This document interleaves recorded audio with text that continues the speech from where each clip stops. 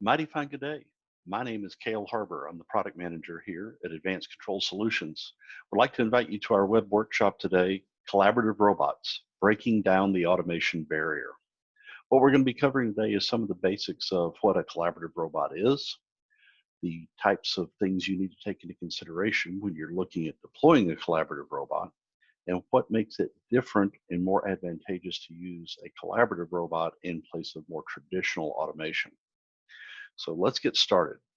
As we start talking about collaborative robots, most people think of collaborative robots as just the safety aspect. A collaborative robot being able to work next to a human being without the need of extraneous safety guards, cages, light curtains, and the like. We actually look at four different factors that make up what a collaborative robot is. The safety aspect of it is definitely there. You have to be safe around operators to be able to work without that guard, cage, light curtains, or other devices. But there's three other factors that go into making a collaborative robot really advantageous in deploying. One is it's got to be easy to program. It's got to be an environment that is intuitive, something where a normal operator without a programming degree, without a lot of extra training, can sit down and get a basic application up and running very quickly. It's got to have a fast setup from start to finish. You've got to be able to get it up and running, to be able to recoup that ROI, to be able to start earning additional revenue, to get cost reduction savings, or to be able to allow you to take a valued employee, operator, machine tender, and move them to a more desirable position, someplace where they can produce more revenue for the benefit of the company while letting the robot do the basic tasks. Then it's got to be flexible. It's got to be able to move from one job to the next, be able to be redeployed, be able to be re-outfitted, retooled easily to go from one type of job to the next. So these four things together is what we consider as the full definition of what a full collaborative robot actually is. The first part of that to talk about is definitely the safety aspect. A collaborative robot must be safe.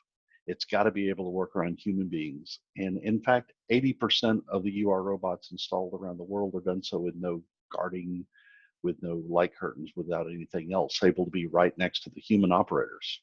Well, you may say, what about the other 20%?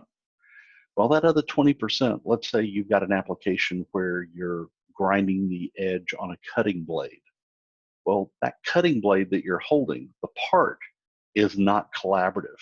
If you're putting a sharp edge on a medical device or a pocket knife or a steak knife or anything that's going to have a cutting edge to it, and you're moving it around to the grinder, to the machine tending, that sharp edge makes that application non-collaborative. So that means not every application is going to be collaborative. The end of arm tooling or the part or the pose that the robot's in could affect the collaborative nature of it. However, the other three factors that we mentioned, the flexibility, the ease of programming, and the fast deployment, make the UR platform very advantageous for people to use even when they do have to put a safety cage around the unit. The applications you're looking for be able to deploy your first robot are going to be things that are dirty, dangerous, and dull. Typically dirty applications, you're going to have a hard time keeping operators long term. So your training costs go up, your training expenses go up, your potential scrap rate can go up because people aren't paying as much attention. Same with a dull job. If you've got an application that is the same task over and over with very little variety, a human operator is going to be less likely to pay as close attention to that, which can cause problems for reworks and scrap rate and potential injuries or turnover. And then, of course, the dangerous. That's the obvious part of it. Tasks that are dangerous by nature, you put a robot in for to protect that human being, you protect that human operator, and allow the robot or the automation to be able to perform that. You're going to be able to redeploy that person in another position while having the robot handle the dangerous part of it. So with automation, with robots reducing this repetitive strain, this accidental injury of not paying attention because it's dull or it's dirty and you don't want to get in there, all factor into the safety aspect as well. Now, the safety system of the robot, you're working next to it, it were to bump into you, it's going to stop. That safety system is approved and certified by the TÜV, which is a German safety inspection organization. There are ISO standards that govern collaborative robot safety requirements. So all the documentation exists. We can definitely provide that to you. We can get you a copy of it. So we are full ISO compliant to the safety standards with a strict Cat 3 safety rating for our collaborative robots when the appropriate risk assessment is done. Make sure that you know your standards. So the current standards, the ISO 15066, has a supplement to it, which is the ISO 10218 R15.06. So this goes together. Make sure you take a look at the specs, make sure you perform your risk assessment. These can be ordered and downloaded in PDF format from the RIA WebStar, which is the Robotics Industry Association, or you can reach out to us, and I will be putting our email address up here in a moment for you to be able to write down and take a look at. Happy to get you a copy of this if you need it. So when you're taking your steps for a collaborative safety application, get to know your standards and what's required to allow the application to be deemed collaborative. It's more than just the robot arm. It's going to be your end of arm tooling. It's going to be the part you're picking up. It's going to be the application that you're running. So all those factors come into making it a safe collaborative application or not. You need to do your risk assessment. Take a look, answer the questions, work through the risk assessment, make sure that you're covered. But one other thing to watch for is your poses and paths. So for example, if I have a robot that is picking up a small object, might be pointed, small diameter, and I am moving it towards an operator who is sitting, so the first contact might be with the operator's face, chances are that's not going to be deemed collaborative. If I move that operator to a standing position, to where first contact is going to be with the main part of their torso, that could become a collaborative application because you're no longer hitting the softer tissues of the face. So your poses on how the robot is presenting the part and how your operators are going to be interacting with it come into play to determine if the application is truly collaborative or not.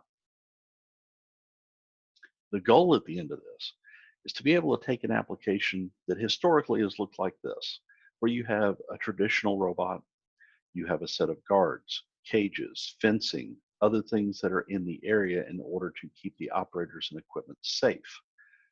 This is extra expense, it's extra engineering design, it's extra material that's purchased, and it's also extra floor space taken up.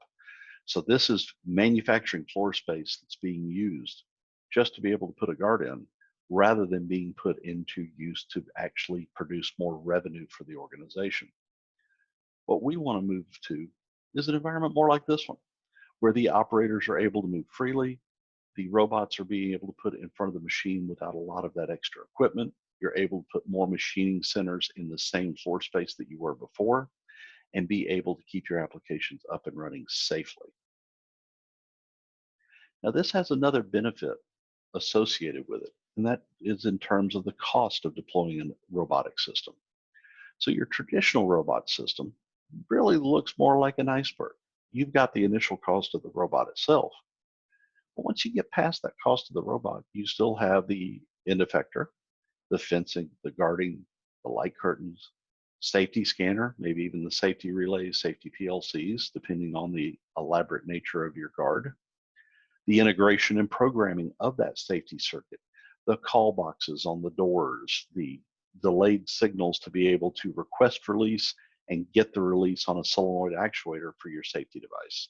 All of that programming, all that integration, all of that logic, all of that wiring has got to be taken into account. It's also all got to be maintained.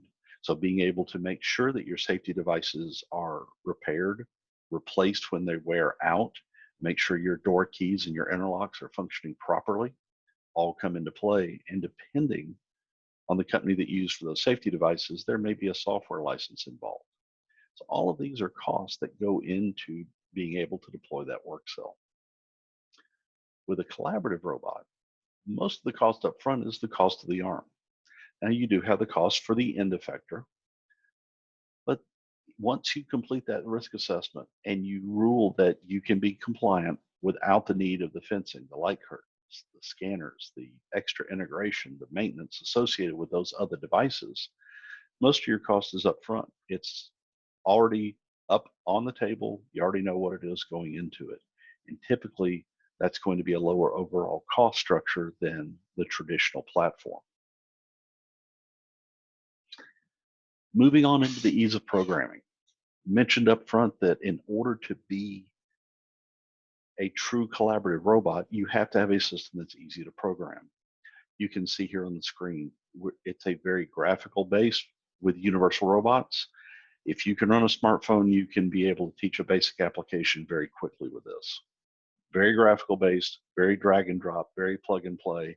You don't have to learn a complex scripting or programming language to be able to write the code from this. You can literally follow the command structures and get a basic application up and running very quickly. So being able to get the robot up and moving, being able to pick a part up, drop it down, you can get up and running very quickly with this. So you're going to take a look at an application. How do you decide what you're going to automate first? What are you going to choose as your first application if you've never worked with a robot before?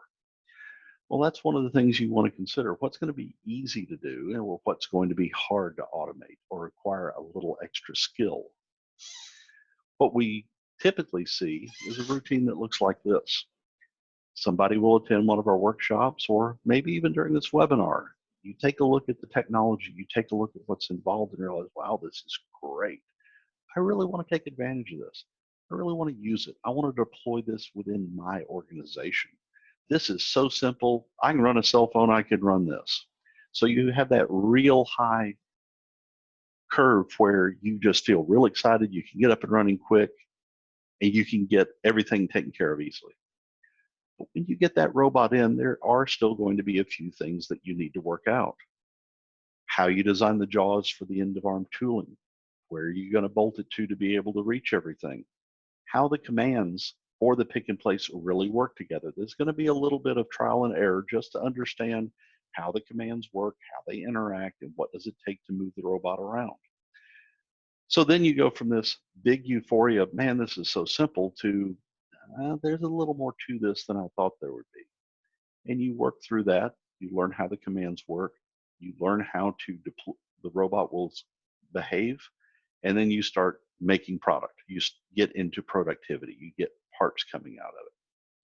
Well, what happens with this cycle is you tend to want to gravitate towards an easier to deploy application. Get something simple. Straightforward pick and place, for example, is your first project, something that's less complex. Typically, you're going to have a lower cost associated with it. More simple projects require simpler tooling, simpler jaw design, simpler stand setup, less time to get it up and running. So you lower your cost, the higher your ROI. The higher your ROI, the more benefit you can have to the productivity of your company to be able to invest in even more technology, and your skill set then grows. That means when you do your first project, you get through that learning curve of how to teach a basic pick and place, how to move the robot, what the different moves look like, how to open and close the gripper. Your next project, you've already learned that. You can now move on to more sophisticated things. Your overall complexity of future projects lowers as your skill set grows. So then things like inducing force feedback for force control, if you're going to do grinding, sanding, finishing, becomes much lower, easier to deal with on your next project. And as you deploy your technology, as you get used to it, you're going to find that what at first would be a highly complex job to get up and running is going to become very simple as you build your skill set over time. So, recommendation is stick to simple. Get your first robot for a minimum viable robot cell, meaning what can you get up and running quickly, easily, straightforward. Stick to simplicity on your first project if at all possible. Now, if that's not possible, if your first project is going to be a complex one, we do have some great resources at ACS to be able to provide training and assistance with that. So don't run away from it, but it's definitely recommended to start with a simple project first. So how do you choose the right application? how do you choose what's a simple project versus a hard project? Let's take a look at a couple examples. All right, easy application here. You're going to pick and place a part following a path without applying a force feedback to it. So you're going to pick up from a known spot, put it in a machine, pull it out of the machine, put it in a place point. So it's a straight pick and place, straightforward known points, very easy to get up and running. A little harder, a little more difficult is using force control for grinding applications, being able to do spiral searches, search for an edge. Although these are not complex commands within the UR world, they are something that helps if you have a basic familiarity with the technology of the system. Limited number of different parts.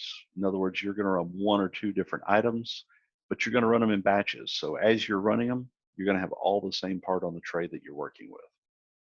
Little harder, wider range of parts, 30, 40, 50, 60 different parts that you need to run through the machine, and the chance of being able to get mixed parts to where you would have more than one part type on the same tray that you then have to be able to recognize and determine a different path of operations based off the part that's presented. Another one, when the parts are presented, having them in a tray, a cellular divider, a holder, some sort of grid arrangement for the parts are presented one by one in an ordered array. Much more straightforward than, let's say, random bin picking or conveyor tracking. Adding those extra concepts where you're tying in a vision system coordinates and calibration, or an encoder for conveyor speed to be able to match and grab parts as they move. Just a little more complex structure to be able to set up the bin picking conveyor. So starting with an application where the parts are organized lets you get up and running on that first project. Also, repetitive tasks, they're following the same sequence, so you're doing the same operation over, versus one that's more complex logic, meaning I'm going to pick up part A and compare it to this photo eye or this machine ready to be able to go to one drop-off point, or based off a different set of I/O, I may need to go to a different drop-off point. The addition of that more complex logic, definitely doable, command structure's there, but it is a little bit more beyond just a straightforward pick and place application. So these are just a few of the highlights of what the difference between an easy versus hard application is. One thing that can help you with that is this book, Lean Robotics. Now, Lean Robotics was written by Mr. Samuel Bouchard. He is the CEO of Robotic. Robotic is a UR Plus partner. They make end effectors, tooling, and software for use with universal robots. All of their product is collaborative, and they will explain what a UR Plus partner is here momentarily. But the book Lean Robotics walks you through the process from beginning to end on how to choose your first application, what are the important steps and questions to be able to ask to get it up and going, and then how to follow it through to build your skill set and develop more complex applications. The whole purpose behind this book is to get up and running faster so that you can realize the return on investment quicker. If you would like a copy of this, please email us at info@acs-ga.com. We'll be happy to send you a copy of this book for free. Just include your name and address for us to ship it to. And also, if there are any questions regarding the safety documentation that we had talked about earlier, please email that to us as well, and we'll be happy to respond and get this to you. So the premise behind Lean Robotics, to get up and running faster, really is summarized within this graph. So if you look at the graph on the top, you've got design time. It's typically broken up with, I've got to design a custom plate. I need to hear back from my third-party vendor on the bolt hole pattern for the gripper. I've got to get with an engineer. We've got to get a CAD drawing. I've got to send it out for bid to get a quote from the machine shop to get it designed. So you wind up with gaps where you're just waiting for that information to come in. Then you move to the integration step. You want to look at actually putting it on the line, and you've got to coordinate with the other team members. When are you going to have the downtime? Are you going to have everything that you need? Do you have all the parts and pieces and software necessary to be able to get it up and running? And then you have delays associated with that. Then you begin operating. And once you begin operating, you'll get started and realize, I need to redesign the fingers. They're not grabbing quite right. I need to change the program. I need to tweak something. And then you wind up with more gaps there. The actual premise behind what lean robotics is to be able to ask the right questions up front with the right design team, with the right staff, with the right products that are able to go together to eliminate those dwell times, those times when nothing is going on, so that you can get up and running faster to start realizing your ROI on the production cell. Now, part of the way that Lean Robotics does that is they start with a manual task map. So here are some of the questions, not all of them, but some of the basic questions that you need to get started with to create a good manual task map. Very simple. Who is going to receive the parts that the cell's making? So if I put a robot in this cell, who's my customer? Who's the next piece of equipment, the next operator? In other words, who is going to receive the parts that I'm working on with this robot? Because you need to be able to identify what those finished parts have to look like, be loaded, stacked, trayed, manufactured, processed, whatever that final state is that it has to leave the cell needs to be designed first. You have to understand that so that you know what to put in your design. All right. So in order to do that, what do you need to give me to do my work so that you can do whatever? So if you know what your finished item is, what do you need to be able to do that in the output? You need a tray, you need a stand, you need special tooling, special fingers, whatever it is, you need to be able to identify what it is you need to have to be able to get those parts in that finished condition. How are the parts being presented? So this is on the other side of the cell. So the raw parts are coming in, the billets of aluminum, the circuit boards with no components on it, whatever it is you're putting together. How are they coming in? Are they singulated on a conveyor? Are they in a tray? Are they in a stack? Are they being rolled in onto a cart? Are they coming off of a rotary table for the machine upstream? We need to know what that's going to be so that we know how we're going to pick the parts up in order to begin the manufacturing process. So what about the output again?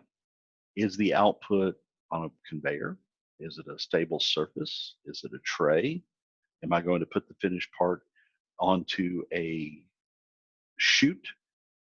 What is it I'm putting it into? What does it have to look like in the way that it's oriented, in addition to how the part's made, so that the next downstream process can work efficiently?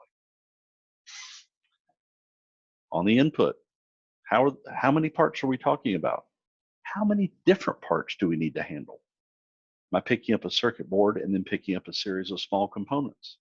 Am I picking up a medical device plastic housing and then picking up a sensor to go into it and a circuit board and other devices? Maybe I'm putting together a hand drill.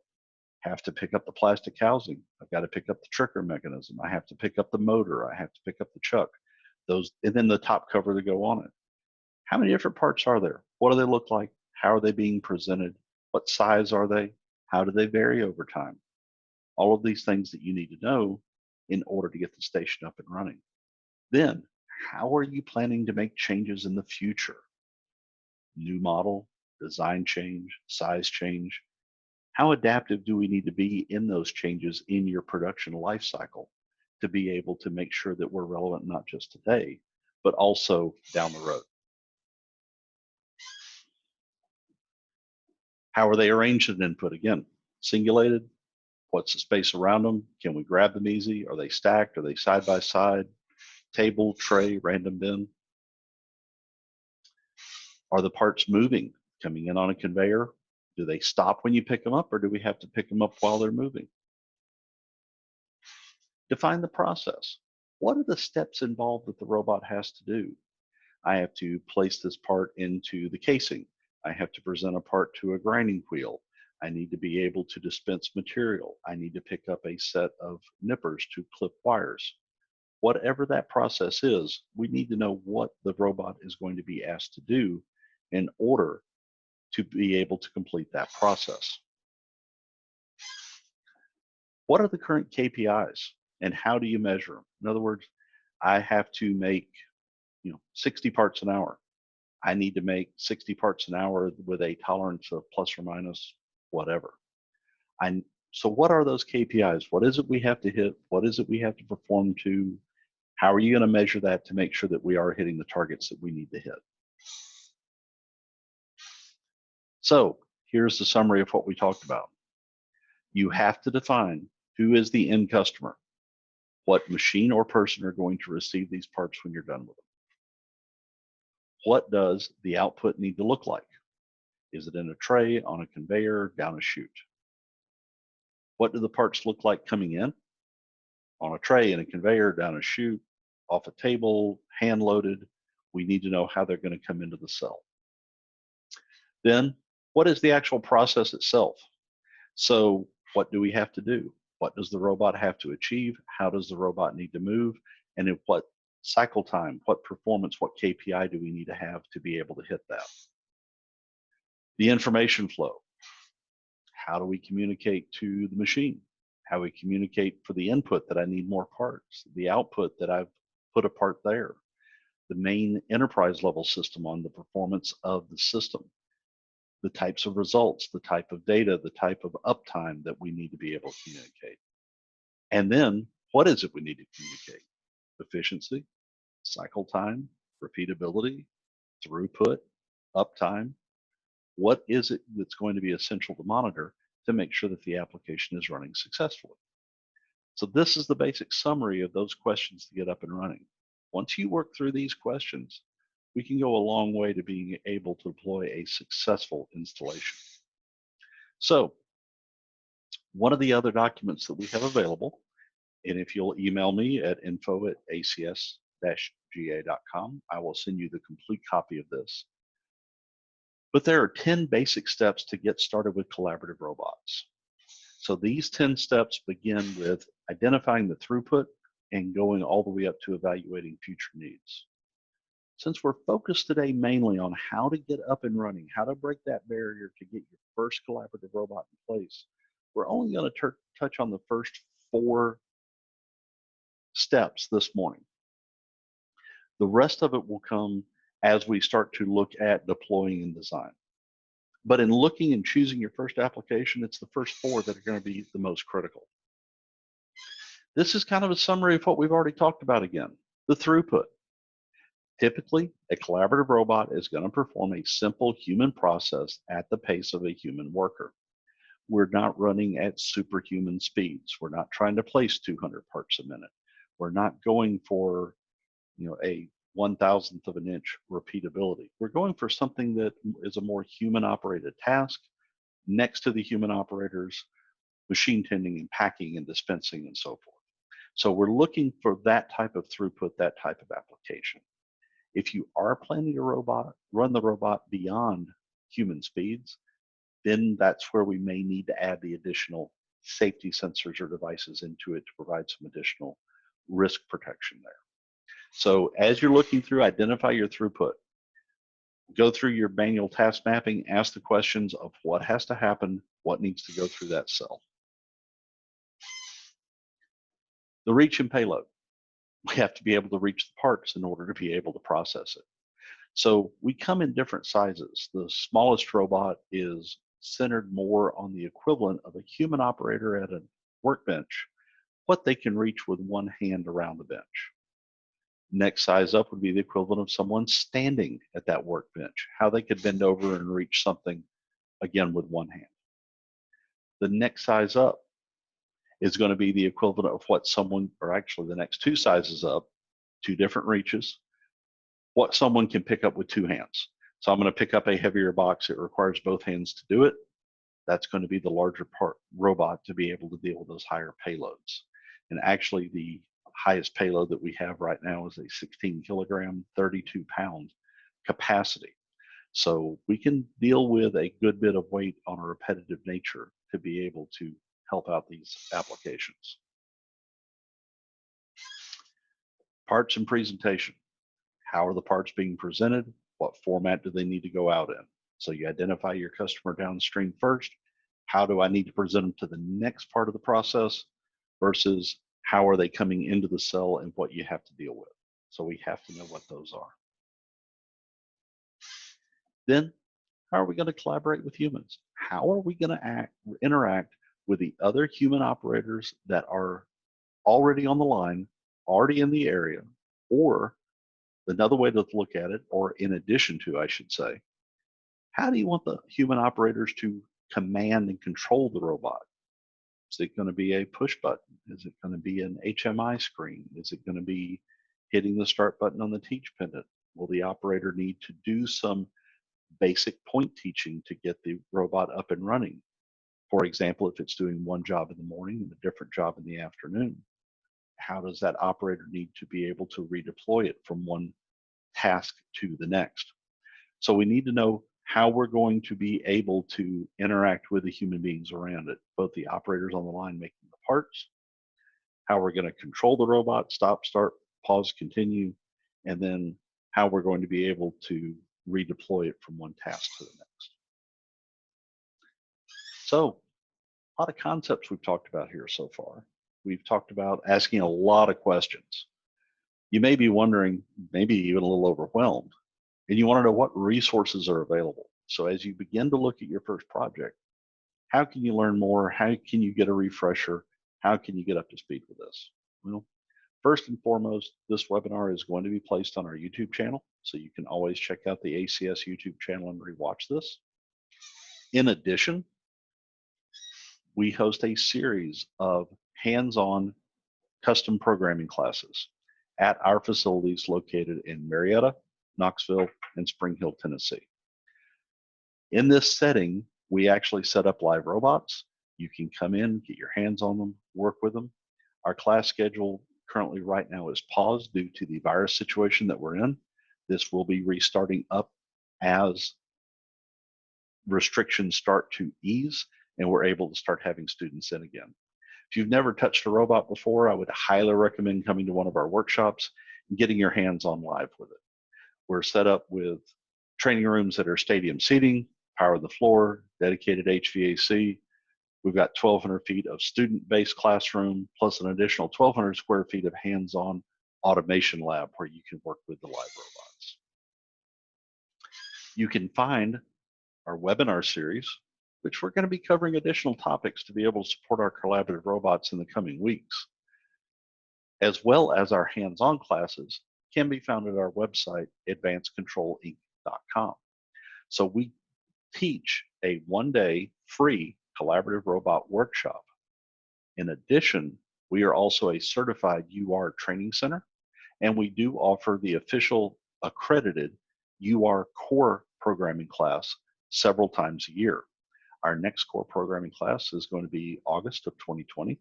So please go to our website, check that out. If you missed that date, always go to our website and find out when the next available class is going to be. Let's say, though, you want to get up and running quicker than that. You don't want to wait for a class. Please check out universalrobots.com. On their site, you're going to be able to find a host of resources. One of those resources is going to be their Universal Robots Academy. This is a multi-step class that will take you the basics on how to teach a pick and place routine, how to call out the move commands, how to work with basic I/O. Excellent class that really walks you through the basics of getting a simple application up and running very quickly. There's two other things on the UR website that I do want to point out. This goes back to that fast, rapid deployment, the ease of getting up and running quickly, and the ability to take out those gaps during the design process. One of those is the UR Plus components list. So what UR Plus is, think of this like an app store for your robot. You've got a list of vendors, and there's over 100 companies right now making products specifically to go on a UR robot. So imagine a gripper that can bolt right on with no adapter plates, a camera bolt right on and run without any extra software.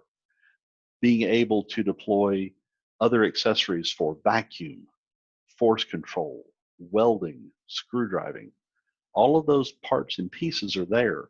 If you get your cell designed and you take a look here at a UR Plus component, you're getting something that is UR certified to work with a robot, to meet the standards that it will bolt on and work the way that it's supposed to work, and get up and running quickly without having to spend a lot of time in engineering design. One of the newer applications that we have are the application kits. So a UR Plus application kit is a collection of components and software to create a full solution that you can deploy on the floor. For example, I could go to a UR Plus component and I could choose a couple grippers and then a mounting plate and then the other items I need. Or I could come to the application kit and I could choose the machine tending kit, and I get everything I need to go on my end of arm tooling to get up and running, and the software that installs directly on the robot to make it easy to get up and running quickly. That software could look very similar to this. So what I have on the screen right now is a screenshot of the Robotic Force CoPilot software. This software installs on the UR robot right on the teach pendant. It takes advantage of the built-in force torque sensor that already comes built into the UR robot. So now you can add functionality such as a spiral search, a rotational search, or a linear search. So you can see here in this example for the spiral search, there's only 4 command lines associated with being able to do a spiral search. Well, let's think, for example, what is a spiral search? Imagine, for example, you're coming up to the front door of your house. You forgot to turn the porch light on. You have your door key in your hand.